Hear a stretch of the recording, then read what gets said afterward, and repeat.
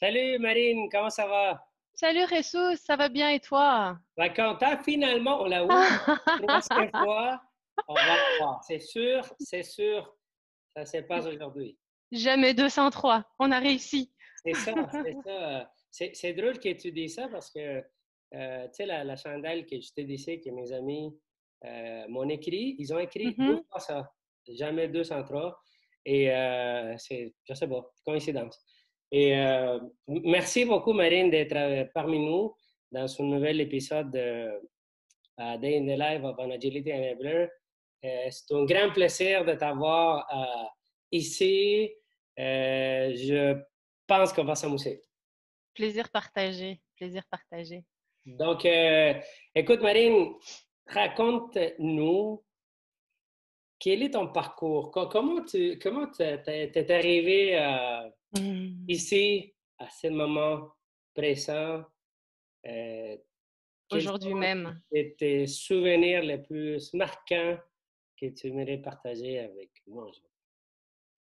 C'est une vaste question. J'aurais Ouais. bien aimé te dire que j'ai fait l'école des Scrum Masters. Ah oui? Ça aurait été beaucoup plus facile. Oui, là, Malheureusement, non. ça serait cool un jour, on va faire ça. Dans quelques années, peut-être on entendra ça comme réponse, la Et fameuse école des Scrum Masters. on va créer ça, nous. Écoute, je travaille depuis un peu plus de 15 ans maintenant. Début de parcours en France, quelques premières années en France, puis ça fait une dizaine d'années ici. Euh, j'ai pas du tout commencé par le côté humain dans mon travail. Ça n'a pas été mon focus premier dans la vie. J'ai fait une école de gestion de projet multimédia. Je passe par la gestion de projet, comme j'entends beaucoup autour de moi. Beaucoup de Scrum Masters viennent de la gestion de projet. C'est ça, j'ai fait une école de gestion de projet. J'ai commencé des premiers emplois, des premiers stages en France en gestion de projet. Puis est venu le grand voyage, donc il y a 10 ans au Canada. J'ai continué dans ce que je connaissais, la gestion de projet dans des petites entreprises, dans des grosses entreprises. Euh, j'ai jamais été chez le client. J'ai toujours été dans des agences de publicité, dans des agences, toutes sortes d'agences. Puis mon chemin a croisé plusieurs personnes qui m'ont permis d'élever ma pensée au-delà de la gestion de projet. Je vais pas nommer leurs noms, ils ont déjà été nommés plusieurs fois dans les entrevues, donc je vais éviter qu'ils aient la grosse tête. Ah, ben, vas-y, tu sais, on va Notamment savoir. Garci, Ah, notamment merci. Garci Inigo, encore lui.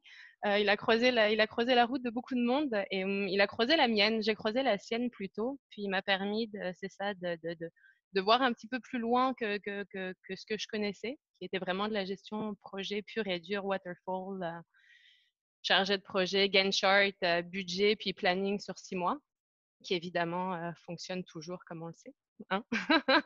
Comme on le sait encore aujourd'hui.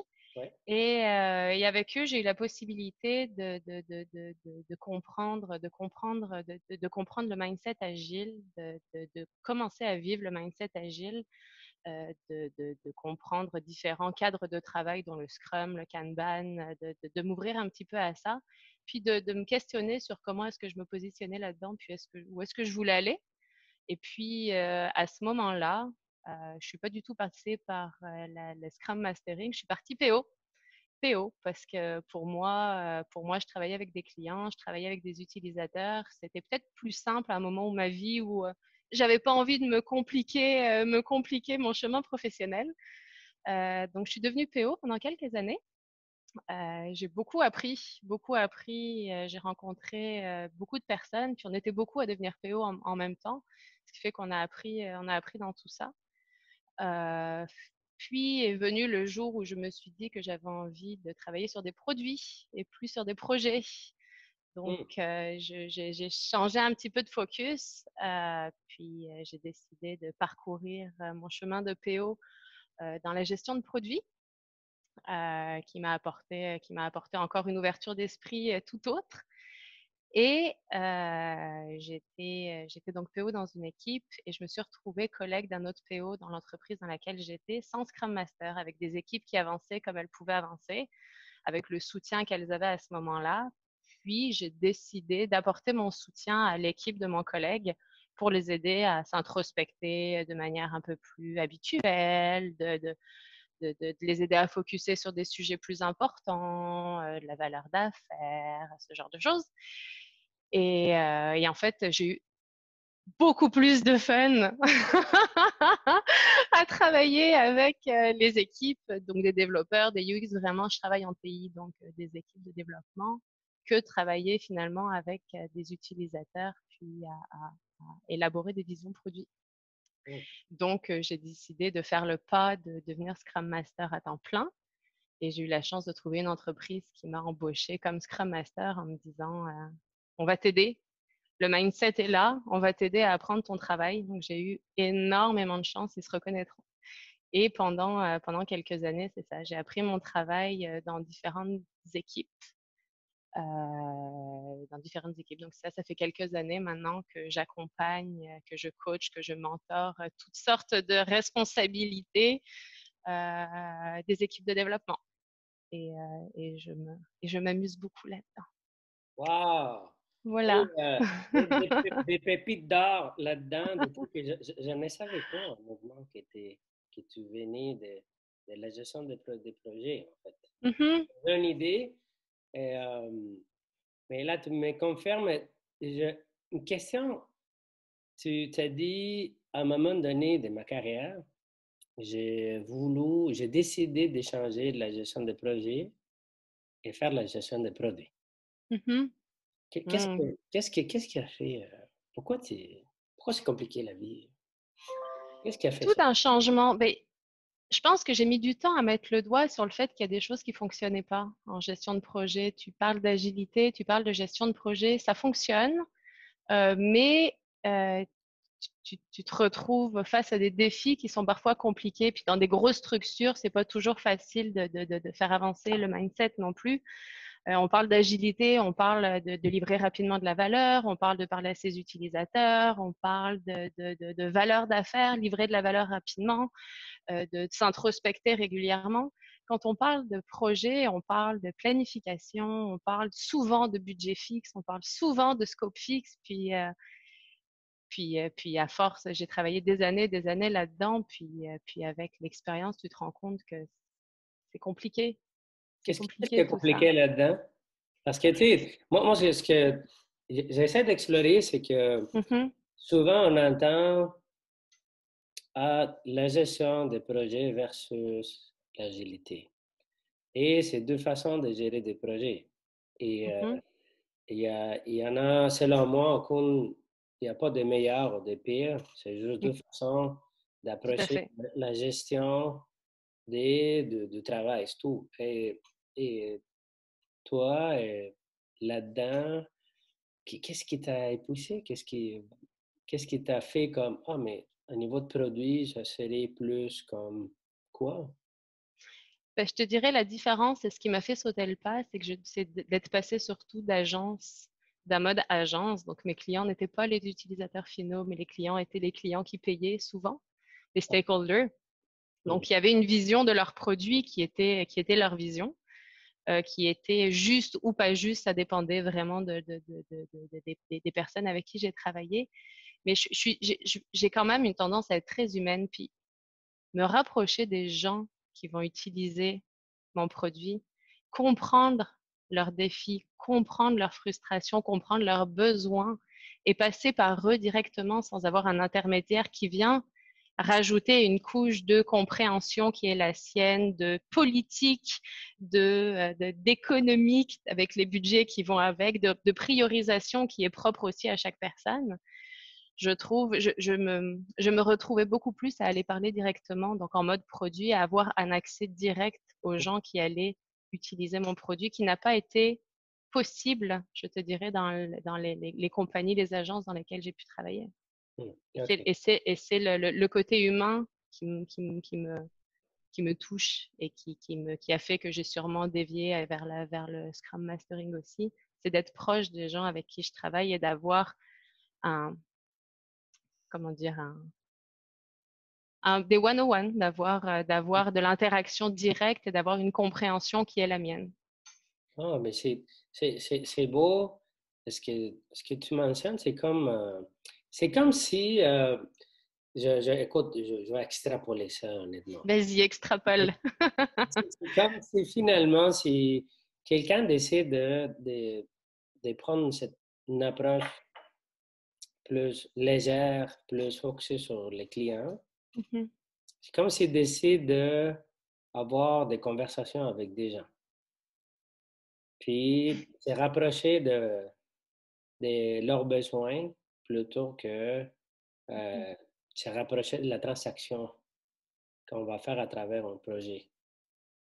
Que Tout à fait. c'est comme, c'est intéressant cet anglais-là parce que c'est comme si, OK, on fait l'agilité parce qu'on veut être plus humain. Ça pourrait ressembler à ça. Et, hmm. Puis là, après, t'es pas comme, ben, je te connais, mais les autres qui regardent pas, probablement pas, ont la chance de te connaître. Et t'étais pas satisfait avec la gestion de produits, tu as continué ton cheminement pour te rapprocher des êtres humains, puis tu es allé aux équipes. Mhm. Puis, qu'est-ce qui t'a manqué dans la gestion de produits, en fait? Oh, je vais changer la question. Qu'est-ce qui est à vous quand tu quand tu été avec cette équipe-là qui t'a mentionné, de ton collègue, qui t'a Mhm. permis d'aider, ah, mais c'est là, ça, c'est ma place, moi. Parce que j'avais des interactions au jour le jour. Comment La, ça? ge- la gestion de produits, j'avais accès à mes utilisateurs, les utilisateurs de notre produit, mais c'était pas une interaction au jour le jour. Là, j'avais la possibilité d'aider des utilisateurs sur le long terme dans les développements qu'on allait pouvoir leur fournir. Hmm. Ce que j'ai vu, l'opportunité que j'ai vue puis où je me suis engouffrée complètement, c'est de travailler avec des équipes, c'est d'avoir un accès direct. On est dans l'équipe, on est assis parmi nous, puis on est capable d'avoir un impact maintenant. L'impact n'est pas plus tard quand je vais être capable de vous livrer quelque chose, mais je vous écoute maintenant, je vous comprends maintenant, j'ai de l'empathie, je vous soutiens. Puis mon impact peut être un impact rapide. Il y a aussi des impacts à court et à moyen terme. Tout se fait pas en une journée. Certains sujets sont plus compliqués que d'autres, mais que ce soit la partie impediment remover qui fait partie des chapeaux qu'on a comme Scrum Master, ben l'impact est direct. On est capable d'aider tout de suite et d'avoir cette interaction en étant placé au milieu de l'équipe. Puis on est incapable d'aider tout de suite.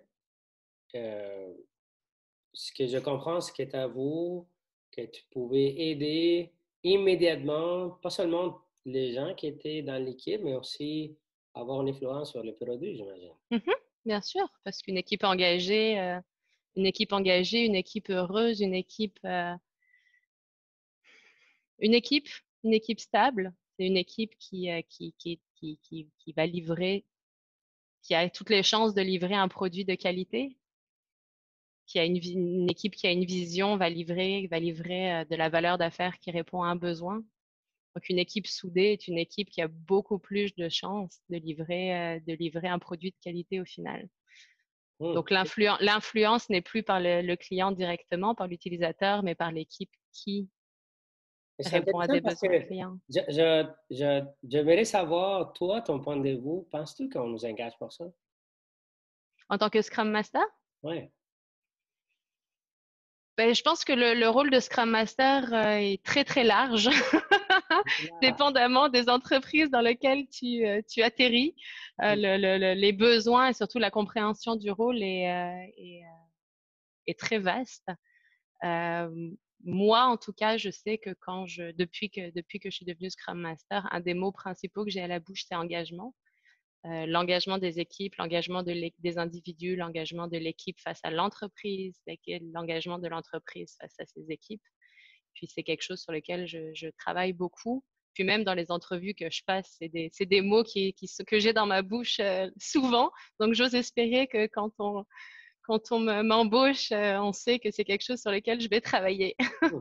C'est intéressant parce que, tu sais, l'image qui m'est venue dans la tête quand tu parlais d'avoir un impact, d'aider à chaque jour, puis que ça va avoir une influence immédiate sur la qualité de Mhm. produit et sur les gens. L'image que j'ai en tête, c'est comme si Je vois beaucoup de dessins animés avec ma fille de 5 ans, fait que c'est comme si on est dans son voiture qui est en train de courir en course. Puis, dans la course, nous, on est sur la voiture en train d'aider les pilotes ou les plusieurs pilotes à pouvoir conduire la voiture puis l'amener à, pas nécessairement gagner la course, mais arriver bien sain et sauf. Et que les gens qui regardent le spectacle, les clients, s'amusent. Ils ont ou en course à merveille, ils vont se rappeler de ça. C'est Mhm. un peu l'image que je vois et je me demande si on est capable de transmettre ça de façon si claire, en fait. Parce que finalement, je ne sais pas, en t'écoutant, c'est comme si nous sommes les jardiniers des produits. Hmm. En même C'est une temps, belle image. c'est comme on va faire pas le jardin seulement de produits en soi, parce que c'est ton boîte, Mhm. ton truc, tes matériaux, ton logiciel, mais c'est plutôt tout ce qui vient dans la construction, en fait. De tout le processus d'emballage, création, les interactions qui viennent avec ça et les conversations qui viennent autour de ça. Et pour en finir avec un truc qui est très proche du client et qui se passe à travers une conversation. Et Mhm. ça, c'est un peu l'image qui m'est venue quand que tu m'as inspiré avec tes réponses. Je ne sais pas si ça fait de sens avec toi. Mais c'est une belle image. C'est une belle image. On entend souvent chef d'orchestre. Je suis pas tout à fait à l'aise avec un chef d'orchestre, que le chef d'orchestre dirige, comme est là pour diriger un petit peu, puis pour s'assurer que les gens le fassent les bonnes choses au bon moment. J'aime pas trop cette image. J'aime beaucoup l'image que tu as amenée. C'est un peu un jardinier du produit, mais il passe par le jardinier de l'équipe. Il Ouais. s'assure que l'équipe grandisse, il s'assure que le produit grandit, que les personnes autour du produit qui gravitent grandissent avec le... Qui gère le produit, Mhm. puis que tout le monde grandisse à la fin. Hein. Tout à fait. Puis je pense qu'un produit ne peut pas grandir si une équipe ne grandit. Hmm. Moi, je prends mon exemple. Si je n'apprends pas, si je n'ai pas de fun à aller au travail, si j'ai pas confiance en mes collègues, si je suis pas engagée, pas juste personnellement ou dans mon équipe, mais dans les valeurs de mon entreprise. Les valeurs de l'entreprise sont très importantes pour moi. Parce que si j'y adhère pas, pourquoi est-ce que je viendrais donner mon temps à une entreprise Hmm.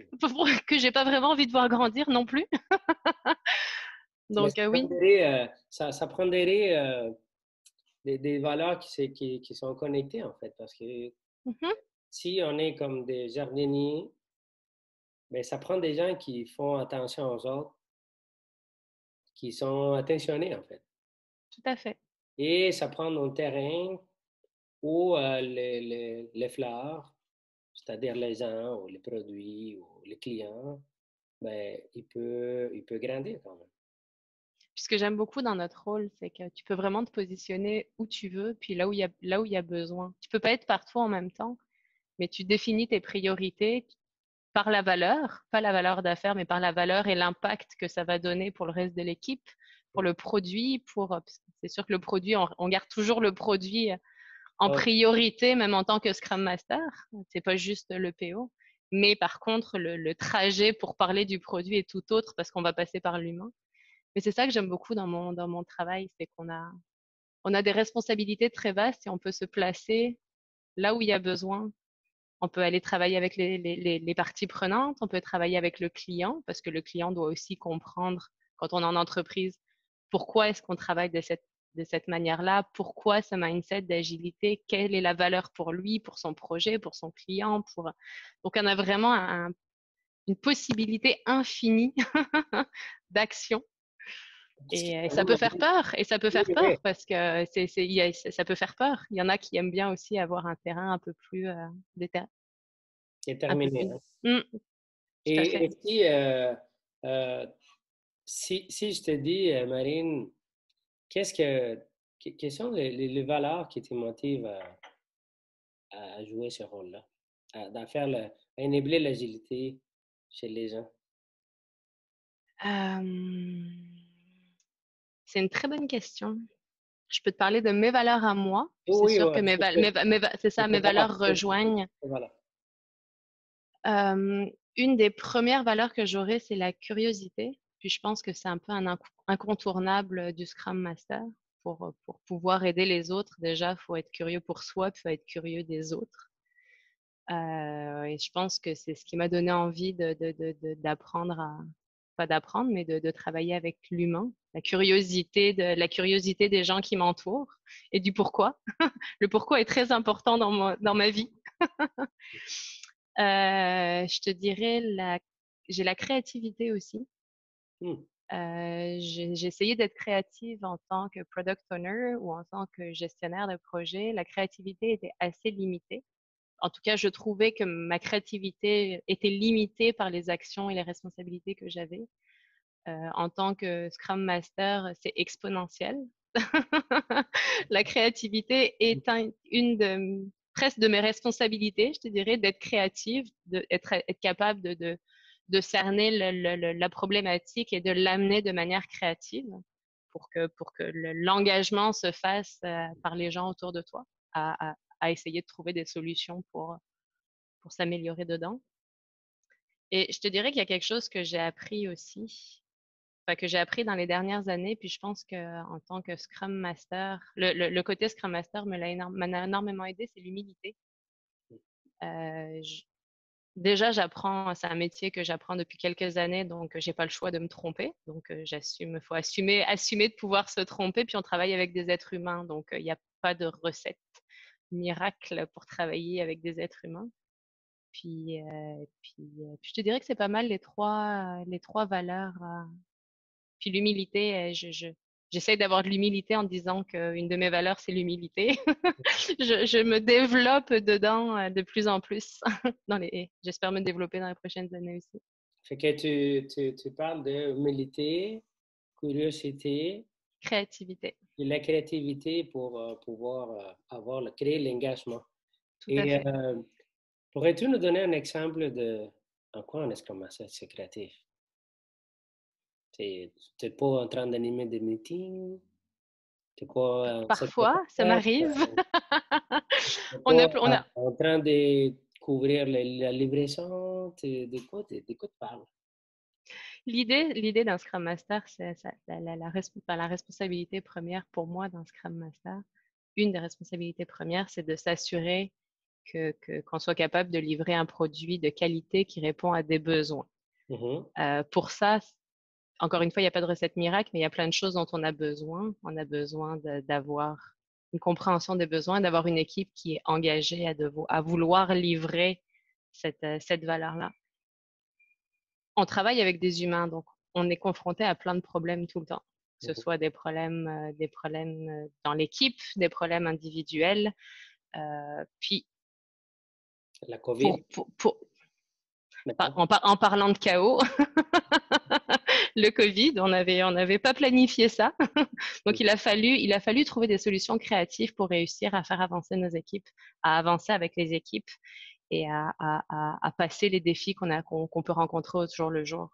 Mhm. Euh, quand tu mets le doigt sur un défi, pour réussir à trouver l'engagement de l'équipe, pour essayer de travailler sur ce défi-là, de comprendre ce défi-là, d'assumer qu'il y a un défi et de vouloir travailler là-dessus, ça prend parfois beaucoup de créativité pour amener le sujet de la bonne manière. OK. Donc, c'est ça la créativité. Puis ça peut être sur comment répondre aux besoins utilisateurs, aider le PO à répondre à des besoins utilisateurs. Lui-même a besoin de créativité, l'équipe dans leur recherche de solutions. Puis notre rôle en tant que, un des rôles, c'est facilitateur, c'est de les aider là-dedans. Mm. Fait que c'est là où je vais te lancer ces questions-là, je sais la réponse, mais je vais te lancer quand même. As-tu des jours, des journées typiques qui se ressemblent? Je te dirais que c'est comme l'école des Scrum Masters. Parfois, j'aimerais bien avoir une journée typique et suivre un agenda. Ça simplifierait ma journée. Non, non. Il y a des journées qui se ressemblent un peu plus parce que quand tu travailles dans un cadre de travail particulier, il y a aussi des impondérables, des débuts d'itération, des fins d'itération. Donc, il y a des événements qui se retrouvent régulièrement. Donc, il y a des journées qui se ressemblent plus que d'autres. Mais la journée se construit généralement selon le besoin et selon ce qu'on peut voir autour de nous. Parce que Donc, moi, ce que j'entends, c'est si, aide-moi ici. Si je t'entends parler d'engagement des gens, de créativité pour les aider à co-construire un produit de qualité pour un besoin quelconque d'un client et ton besoin d'utiliser cette créativité-là et la curiosité pour pouvoir découvrir comment éveiller cette euh, besoin de t'engager ou le motiver à vouloir s'engager. C'est mes mots. Et, et là, à travers ça, ben, c'est sûr qu'un jour, on ne peut pas se rassembler à l'autre. C'est comme, tu sais, oui, il y non. en a des trucs qui sont pareils, mais il y en a des trucs qui ne se ressemblent pas. Là, la question qui émerge, c'est plus que tu fais face à des êtres humains et que un jour, tu vas faire émerger un sujet d'une façon et le lendemain, tu ne présenteras pas le sujet de la même façon. Quels sont les défis qui arrivent avec les êtres humains qui sont devant une caméra maintenant et qui ne se connectent pas dans son salon? Quels sont les défis qui arrivent pour toi pour faire émerger cette engagement qui est facile à dire, qui est simple, ça se dit dans 2 mots, rapide, qui fait de notre travail un truc assez particulier. Mais les défis qu'on a en ce moment sont assez particuliers dus à la COVID. C'est l'engagement à distance. C'est un sujet, c'est sûr que c'est un sujet assez vaste, surtout que j'ai commencé un nouvel emploi durant le COVID. Donc, j'ai pas eu la chance de rencontrer encore dans les derniers mois mes collègues, ni par vidéo, ni en vrai. Le point central qui, pour moi, fait que les gens créent cet engagement à distance, c'est la connexion en dehors du travail. En dehors du travail, c'est-à-dire en dehors des sujets de travail. Parce que quand on se parle dans la journée, c'est sûr qu'on est encore en milieu de travail. C'est de trouver des points d'ancrage qui relient les gens sur qui ils sont, quelles sont leurs valeurs et quelles sont les choses qui les animent en dehors du travail. Puis je trouve, il y a plusieurs outils, je suis pas sûre que je serais capable de t'en fournir comme ça, mais je prends les liberating structures au hasard. Des outils qui permettent d'aller trouver l'engagement des gens par des petits procédés pour qu'ils connectent sur des sujets en particulier. Puis de ma vision, les équipes que j'ai réussi à faire le plus connecter ou les personnes que j'ai réussi à faire le plus connecter pour l'instant étaient celles qui se rejoignaient sur des sujets en dehors du travail. Je vois ça.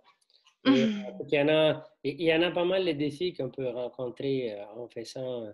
Ça prend, je pense qu'une certaine intelligence émotionnelle, un sens aigu de l'observation aussi, et une certaine posture, maturité pour pouvoir être présent et ressentir connecté avec les gens. Finalement, ce que j'entends, c'est que tout ça, puis j'assume ça, mais tout ça, ça passe à travers une connexion avec d'autres personnes. C'est bien ça? Tout à fait. Que nous, on travaille pour connecter les gens. On travaille pour connecter les gens. La connexion va créer de l'engagement et l'engagement va venir aider à la création, à la co-création, au développement de l'intelligence collective pour la création d'un produit de C'est qualité. intéressant parce que c'est comme, on n'est pas la colle, mais on sait comment fabriquer la colle. On les aide à fabriquer la colle. On donne les ingrédients pour fabriquer la colle, je te dirais. Ah oui. On fournit les ingrédients pour fabriquer la On les colle. fait découvrir quand même, des fois, ils sont là. Puis, tu me lances une piste juste pour gérer le temps. Il me reste comme 10 minutes, 10, 12. C'est tout correct? Ça va? Parfait. C'est parfait. Et, Je m'amuse, j'ai du fun à parler avec toi. moi aussi. Merci. Puis là sur ça, et comment tu vois, quels sont les défis que tu vis? Parce que toi, toute seule, tu arrives dans un environnement et cet Mhm, environnement-là a ou a pas certaines conditions pour que les jardins poussent. Et tu es là pour, même s'ils ne savent pas, des fois, ils ne savent pas qu'il faut pousser un jardin. Des fois, il n'y mhm. en a pas nécessairement les bonnes fleurs dans le jardin, ou les fleurs sont là, mais ils ne sont pas en train de grandir parce qu'ils ne sont pas à la bonne place du jardin. Tu sais, il y en a tout ça qu'on est là. Des fois, les, les, les, les patrons du jardin, les responsables n'est pas conscient qu'il faut qu'ils fassent certains trucs, il faut qu'ils achètent certains ingrédients, il faut qu'ils s'est formé pour comprendre que les jardins, faut connaître plus la terre, il faut connaître plus les ingrédients, les fleurs, etc. Mhm. Et qu'est-ce que tu retrouves qui a fait à date de la sauce magique pour que tu puisses voir les beaux fleurs? Ben, je te dirais la responsabilité première que je me donne quand j'arrive à un endroit, parce que comme tu dis, il peut y avoir tellement de choses Mm, différentes sur lesquelles on peut avoir un impact ou non. C'est avoir un grand sens de l'observation. mm, OK. Avoir un grand sens de l'observation et s'assurer que les actions qu'on essaye de prendre, qu'on essaye d'entreprendre, s'inscrivent dans le tout et ont de la valeur dans l'observation qu'on a fait. Ben, c'est pas tant des exemples, mais quand tu arrives dans une compagnie, tu vas arriver dans une équipe, tu vas essayer de comprendre l'équipe, tu vas parler à toutes les personnes de l'équipe, qu'est-ce qu'ils en pensent. Il y a peut-être des introvertis qui parlent pas beaucoup en rétrospective et qui ont besoin de se livrer de manière en one-on-one. Donc, Ouais. parler avec les gens, utiliser les rétrospectives pour parler de manière un peu plus large à l'équipe, parler aux parties prenantes, parler à toutes les personnes qui interagissent autour de ton produit et à partir de là, être capable de te faire une tête sur quelles sont les actions que je peux commencer à prendre qui vont avoir un impact court, moyen, long terme et qui vont avoir un impact fort. Parfois, comme tu dis, ça peut être former un gestionnaire à la compréhension, former un développeur qui ne comprend pas le mindset d'agilité puis qui essaye de travailler à contresens du reste de son équipe. Former le PO à quelles sont ses responsabilités qui ne sont pas juste un proxy ou un PM avec un chapeau de PO, mais qu'est-ce qu'un PO? Qu'est-ce que tu peux faire? Quel est le range de tes responsabilités? Puis à partir de là, voir. Puis comme tu dis, il n'y a pas vraiment de recette magique parce que ça dépend vraiment de l'environnement et du contexte dans lequel tu interagis. Mais voir où est-ce que tu peux planter des graines, puis voir où est-ce qu'il faut arroser, voir où est-ce qu'il faut mettre un peu plus d'entrain, puis essayer de pousser des solutions et des processus parce qu'il y a un moment, il faut aussi que ça bouge un petit peu. Tu travailles régulièrement avec des gens qui n'ont pas envie, Mm. pour qui le changement fait peur, j'allais dire qu'ils veulent pas évoluer, c'est faux, pour qui le changement est plus compliqué. Ouais. Donc, Ou ils les vivent mal, ou où ils le vivent mal, où ils ont des peurs oui, c'est ça. qu'il faut réussir à les aider, à leur aider à dépasser. Mhm. Donc, à partir de là, une fois que tu as cette vue d'ensemble, je pense que un des risques le plus gros du Scrum Master, c'est ne pas essayer d'avoir une vue d'ensemble des actions que tu prends avant de prendre des actions.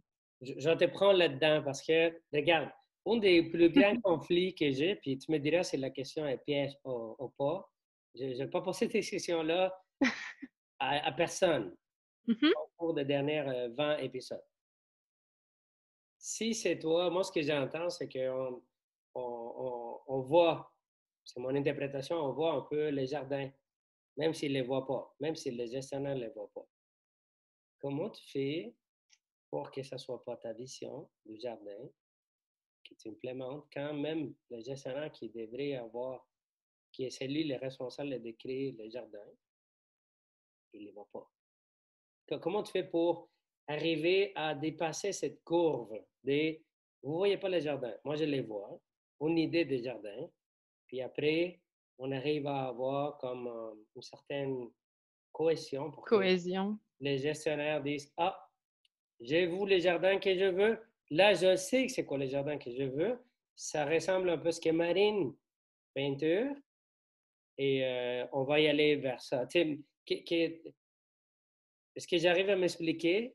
comment tu passes cette pic pour que ça soit pas comme, ah, mais il vient, tu sais, parce que c'est comme si on vient piquer la barre de gestionnaire, Mm. non? Puis quelque chose que je développe depuis quelques années, que j'essaye de développer depuis quelques années, puis c'est pas ma grande force, c'est l'empathie envers la direction. Mhm. Donc, comment s'assurer que la direction soit engagée, parce que c'est aussi important que l'équipe soit engagée dans la compagnie, mais que la direction soit aussi engagée à travailler avec l'équipe. Ça va paraître assez bateau, mais je te parlerai de transparence, parce que et d'humilité.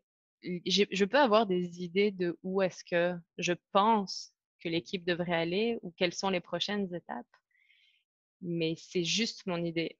Puis mon idée à moi toute seule, sans avoir le buy-in de la direction, des gestionnaires, de l'équipe qui la compose, a aucune valeur parce que tu vas pousser dans un mur, puis tu vas forcer quelque chose qui, le jour où tu vas partir, Ouais. ça va partir avec toi.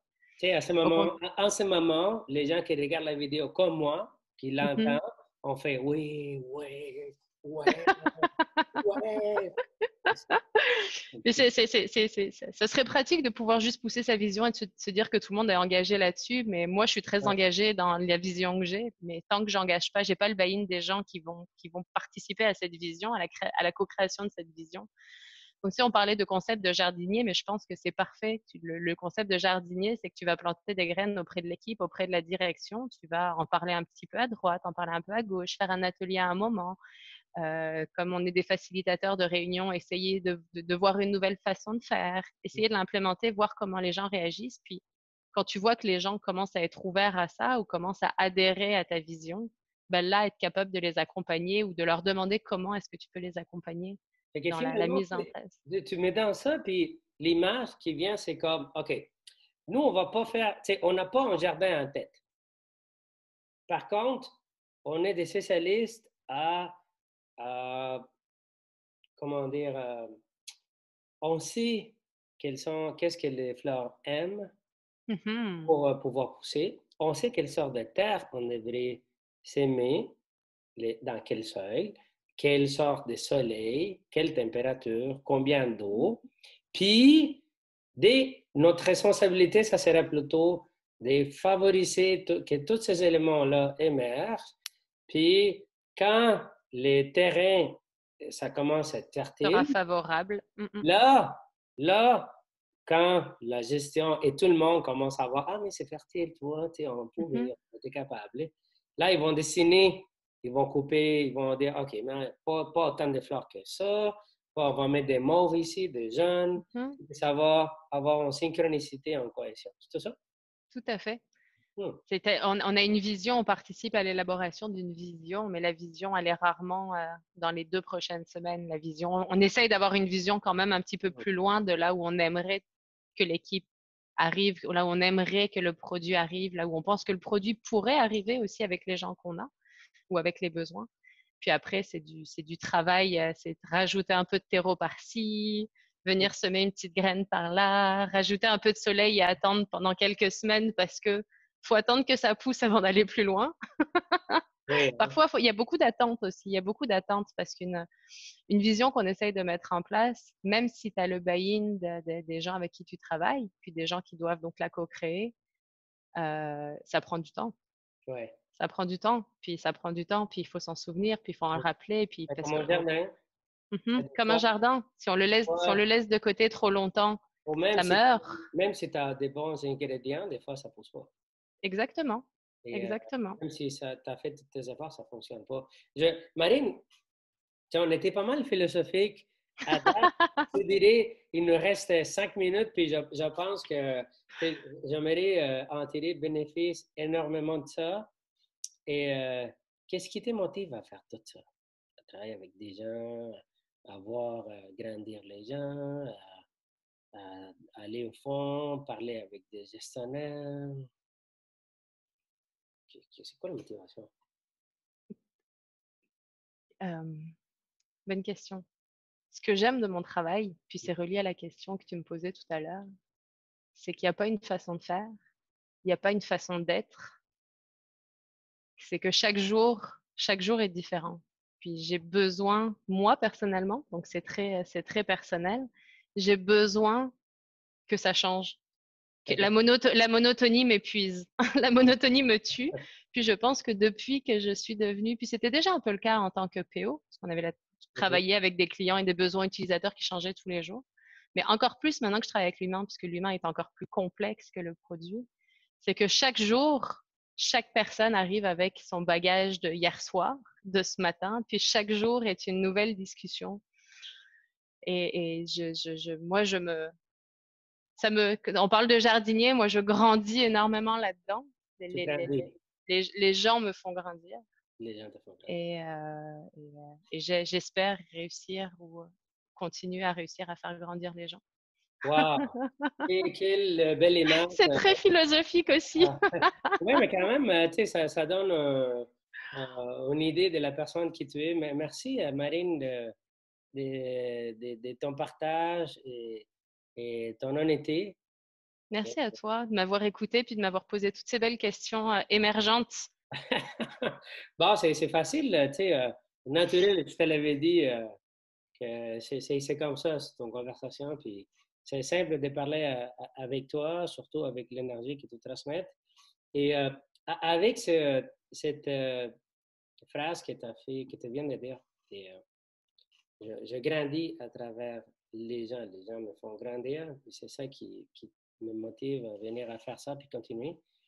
Et, quel mot d'encouragement tu aurais pour les gens, que les marines de ce monde, les Jesus de ce monde ils sont là, ils regardent ça, ils ont tombé dans cette capsule-là, ils voient ça, ils disent, oui, ils parlent de jardin de fleurs, là, tu sais, je suis perdu, mais en même temps, ça me parle, ils parlent des gens, d'aider les gens, de grandir, d'apprendre. Un mot d'encouragement pour ceux et celles qui sont là et qui se posent des questions. Sachant que j'ai mis un peu de temps avant de trouver dans quoi est-ce que j'allais m'épanouir et qu'est-ce qui m'aidait à m'épanouir le plus, j'aurais tendance à dire ne mettez pas vos rêves de côté. Si vous sentez qu'il y a quelque chose dans votre travail qui vous chicote un petit peu, puis il vous manque quelque chose dans votre travail, persévérez et continuez à chercher, à être vous-même et à chercher là où vous développerez le mieux. Persévérer. Persévérez. Voilà. On ne laisse pas les rêves de côté. On continue. Non, jamais, jamais. Voilà. Ça m'a pris du temps avant de savoir. Ça faisait quelques années quand même que je me disais, mais il y a quelque chose qui cloche dans ce que je fais. Il y a quelque chose qui me manque. Mais ça a mis du temps avant de mettre le doigt. Mais une fois que tu mets le doigt dessus, c'est que du bonheur. Voilà. Et avec ce bonheur-là, je te dis un énorme merci, Marine, de m'avoir offert cette opportunité-là, de m'avoir offert cette opportunité-là. Merci beaucoup de ton authenticité puis de la belle personne que tu es. Merci à toi de m'avoir écouté. Ah, mais ça fait plaisir. Où est-ce qu'on peut te trouver? Je le sais que tu leads le mouvement Amplify LS pour les Liberator Instructors ici Tout à à fait. Montréal. Tout à Et fait. où est-ce qu'on peut trouver Marine pour en parler avec elle, pour savoir plus des Liberator Instructors et tout ce que tu fais? Bah, vous pouvez me trouver sur LinkedIn. Vous me trouverez pas sur Facebook. Définitivement pas. Sur Instagram, peut-être, si vous voulez des photos de mes enfants. Non, sur LinkedIn, je suis membre actif à LinkedIn, donc n'hésitez pas. Marine Je suis Frenette sur très ouverte à LinkedIn. rencontrer. Tout à fait. Voilà. Puis amplifyls.org, c'est la place pour savoir plus sur les Liberator Instructors. Tout à fait. Puis les prochains événements, on a été un peu plus doux pendant le COVID. Il y a eu quelques événements, mais moins que d'habitude, on espère. Ça s'en vient, ça s'en vient. Je rejoins mes collègues dans pas longtemps pour vous proposer d'autres ateliers. Bon, merci Marine, puis à bientôt. Hein. Merci. Bye.